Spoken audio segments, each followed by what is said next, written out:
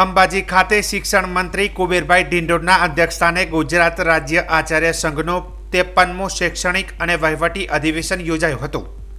2 દિવસ સુધી ચાલનારા આ અધિવેશનમાં રાજ્યભરના 3200થી વધુ આચાર્યશ્રીઓનું ડેલિગેશન અંબાજી ખાતે પધાર્યું છે। ગુજરાતના શિક્ષણવિદો રાષ્ટ્રીય શિક્ષણ નીતિના અસરકારક અમલીકરણ તથા શિક્ષણને સર્વોચ્ચ શિખરે પહોંચાડનારના ઉદ્દેશ સાથે રાજ્યના આચાર્યશ્રીઓનું અધિવેશનનું આયોજન કરાયું છે।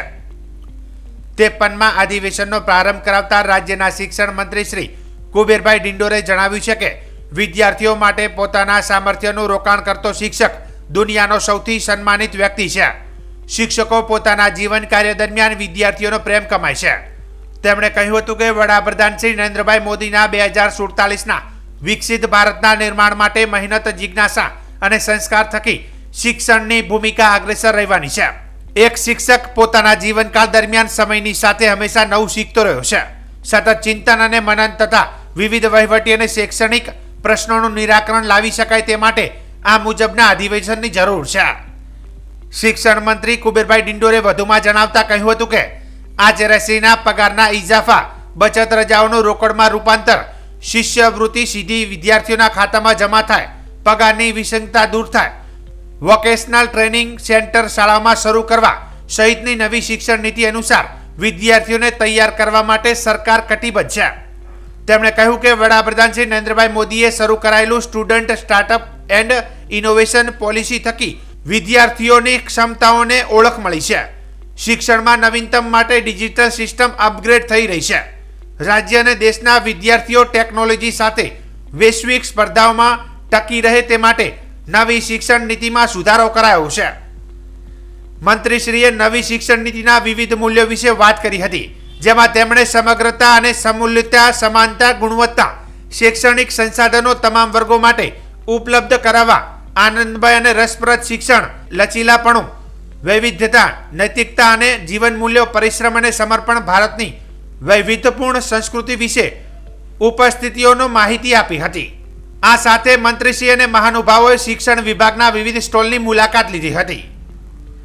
આ અધિવેશનમાં પેટલાદના ધારાસભ્ય કમલેશભાઈ પટેલ, રાજ્ય શિક્ષણ કર્મચારી મંડળના પ્રમુખશ્રીઓ સહિત વિવિધ મંડળના પ્રમુખશ્રીઓ, હોદ્દેદારો અને બહોળી સંખ્યામાં આચાર્યશ્રીઓ ઉપસ્થિત રહ્યા હતા।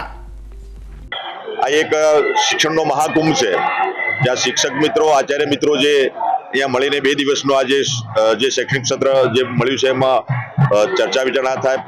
આપણા પ્રશ્નો તો હોય જ, પણ સાથે સાથે શિક્ષણમાં આમૂલચૂલ પરિવર્તન કેવી રીતના થાય, નવી એનઈપીનું ઇમ્પ્લિમેન્ટ આપણા દેશમાં આપણે થયું છે, ત્યારે ગુજરાત સરકારમાં, આપણે ગુજરાતમાં પણ શિક્ષણ વિભાગમાં એનઈપીનું ઇમ્પ્લિમેન્ટ જે થઈ રહ્યું છે એમાં પણ આપણે આગળ કઈ રીતના વધી શકીએ એના માટે ચિંતન, મનન અને મંથન કરવાનો આ એક નમ્ર પ્રયાસ છે। અને એમાં બધા જ મારા આચાર્ય સંઘના આપણા તમામ મિત્રો, સંઘના પ્રમુખશ્રી, આચાર્ય સંઘના બધા જ હોદ્દેદારો અને સંચાલક મંડળ અને વહીવટી પાક બધા જ મિત્રો સાથે મળીને 2 દિવસનો આ કાર્યક્રમનું આજે આયોજન કર્યું છે। અને એમાં જે કંઈ ચર્ચા વિચારણા અંતે જે કે નાના મોટા પ્રશ્નો સરકાર સાથેના એની પણ સમાધાનના પેજ પર અમે આગળ વધી રહ્યા છે।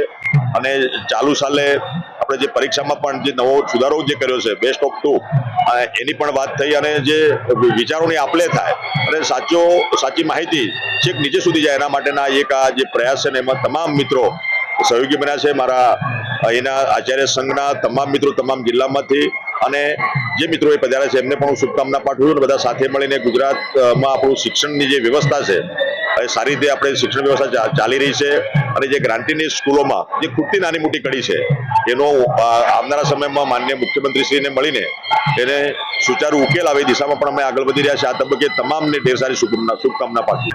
દાંતા તાલુકો હોય કે દાહોદ હોય કે નર્મદા હોય, આપણા તમામ જે જિલ્લાઓ ટ્રાઇબલના છે ત્યાં પણ આપણે જે શિક્ષણ વિભાગ દ્વારા આવનારા સમયમાં આપણે જે વ્યવસ્થા કરી છે એ પૂરતી છે, તેમ છતાં અત્યારે 24,700 જેટલી આપણી જગ્યાઓ ભરતી આપણે કરવા જઈ રહ્યા છે। ટેટ 1, ટેટ 2, ટાટ માધ્યમિક, ટાટ ઉત્તર માધ્યમિક, એજમેટ, એ પ્રોસેસ ઓલરેડી ચાલુ છે। ત્યાં શિક્ષકોની નાની મોટી જે કમી છે પણ પૂરી થશે। આપણા ગુજરાતમાં જે શિક્ષકોની જે બદલીઓ થતી હોય છે, જૂના શિક્ષકોની પણ આપણે ભરતી કરતા હોઈએ છીએ, એટલે એ બદલીના કારણે થોડી ઘણી જે સમસ્યાઓ સર્જાઈ છે ચાલુ વર્ષે એ નેક્સ્ટ ટાઈમ આવનારા વર્ષે એ તમામ પરિપૂર્ણ થશે અને આ સતત ચાલતી પ્રક્રિયાઓ છે। તેમ છતાં દાતાની જે બાબત છે અથવા જે કંઈ અમારા ટ્રાઇબલ એરિયા છે એમાં વિશેષ શું થઈ શકે એ દિશામાં પણ અમે આગળ વધીશું અને શિક્ષણમાં આપણે computer lab, interactive panel, smart class આ બધું જ આપણે મિત્રો આપ્યું છે.